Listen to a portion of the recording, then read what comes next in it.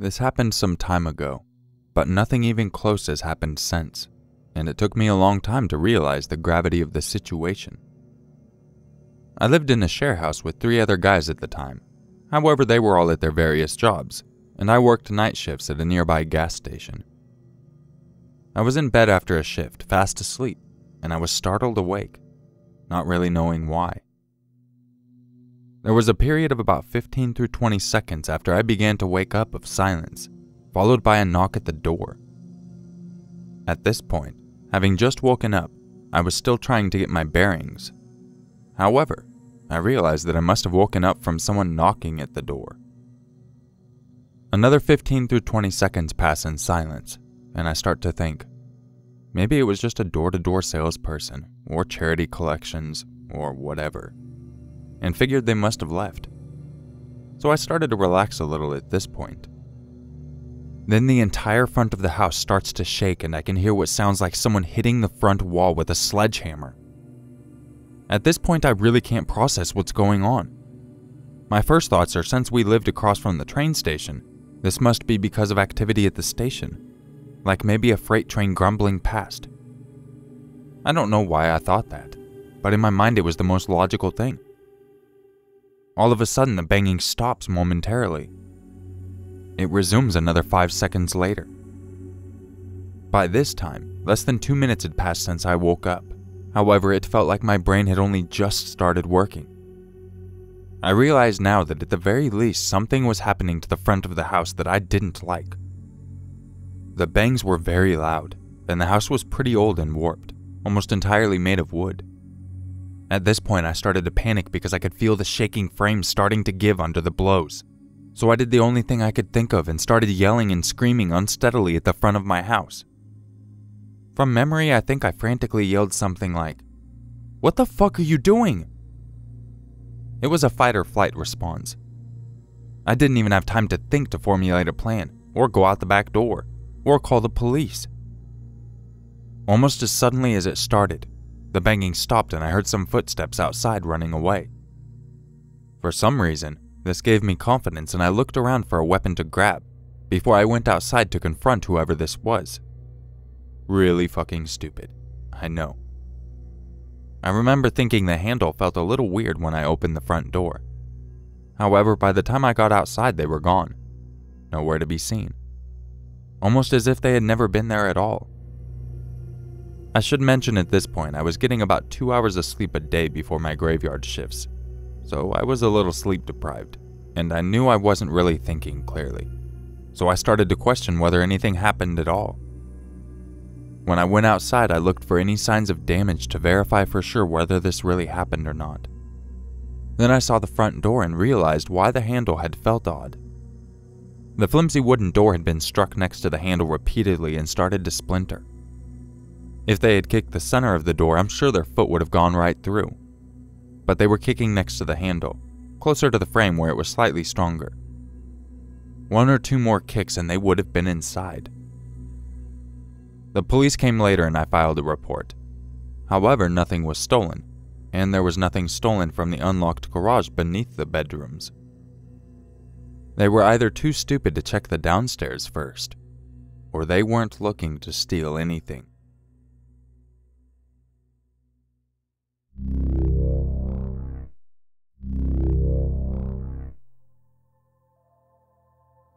I am an 18-year-old male.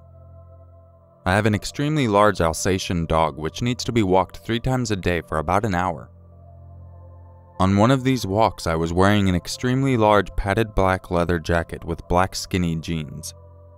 This is important later. My house is close to a large state park, and I walk my dog here daily. I always take a secluded path off the main path. There are 2 of these paths which run parallel to each other and are about 20 meters apart. One path runs adjacent to the river, over of which there is an abandoned house/manor. The other path is higher up and overlooks the path next to the river. This is also important. So now on to my story. I left my house and started walking my dog at around 1 p.m. I take the main path until reaching the secluded paths. I take the path closest to the river so my dog can go swimming. As I get around 1 mile in, I hear people talking from up and around the corner of the path. I put my dog on a tight leash as I slowly walk up the hill, with a 10-meter drop down to the river, and around the corner. The hill's gradient begins to decline. As I look for the source of the noise, I see a lady in a pink blazer sitting on the ground talking to another man on the ground. As I approached, I realized something was wrong. The woman was smiling and the man was sitting halfway down the hill, almost in the river, with his bike upturned next to him. It appeared to be some sort of accident.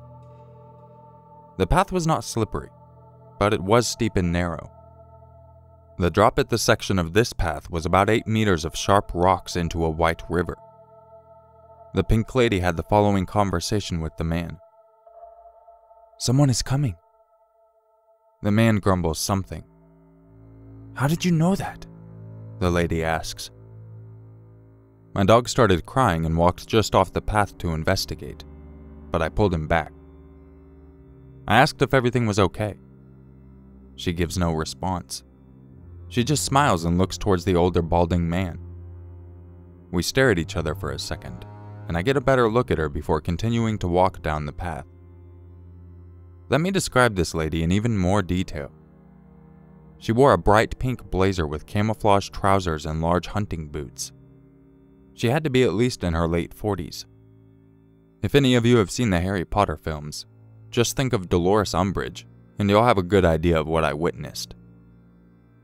After 10 minutes, the path forks back, or diverges, to continue on. I decide to walk back, not on the same path. I end up back at the main path. I start to walk away back home, but I get a feeling in my gut that I should go back. After all, that man could have been injured and was just intimidated by my sudden presence and my grotesquely large dog. As I walk back down the path, I see the pink lady stop 2 boys, no older than 12, and say something about him being stuck and he needs their help. She would have had to leave the man there. Instead of going on the path to where the man was situated, I took the back path which overlooked the path below and the river. As I look down, I am shocked. The man is moving his bike to a steeper part of the path and lies down as if he was injured. This lady was luring these boys to this man who was not injured, fully capable of movement, and who had just staged an accident. I tried to phone 101, the non-emergency number in my country, but I had no minutes left. The pink lady is nowhere to be seen. I decide I must loop back around and walk down that path. It takes me 10 minutes to do so. As I get around there, the lady and man are arguing. The conversation went like this. "Now where are we meant to go? If you weren't such a spooky bitch, these boys would have come in. You were the one who said we couldn't tackle the big guy." At this moment, I go into a panic. I make my presence clear and approach them quickly. I must get past them as quickly as I can. I pull my dog closer to me as I'm passing them on the narrow path, less than 1 meter in length. The man gives me the dirtiest look, while the lady gives me the toothiest yellow smile I've ever seen. I'm not afraid to admit it. I was scared. I ran as quickly as I could out of the woods. When I do get out, I reach a member of the local government while walking past the parking lot and tell him what I had witnessed and the conversation. Fortunately, the boys the lady was talking to had already reported the suspicious activity. He tells me the children had told him that the lady was claiming her husband had fallen off the path and needed some help. The boys didn't fall for it. He had called the police as soon as the boys had told him. I soon left, and will not be returning to that part of the woods for a long time. After the event, the police, which had been informed that I had a Facebook post and status, had contacted me and asked me to remove the post until everything blew over. They weren't caught. However, they have personally attacked me. They've damaged mine and my parents' property and harassed us. Our sitting room windows have been smashed twice since the event. I know at least one of the events was them, because of a typed note that was tied onto a stone. The stone that was smashed through the window. The note has been handed into the police, and I can't discuss it yet.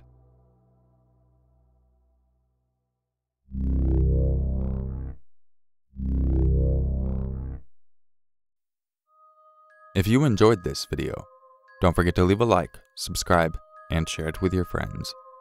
And if you would like a chance to have your story featured in an upcoming video, make sure you email it to urmaker6260@gmail.com. And if you would like to help support the channel, as well as get some other cool perks, make sure you go check out my Patreon page. So I hope everyone's having a great day, and today's probably going to be a double upload because I actually got permission to narrate a series. So I'm probably going to do a couple of parts from that series over the next few days, and then another upload with that's other stories. So yeah, that just means more stories for you guys. I hope everyone has a great day, and I'll catch you in the next video. Bye.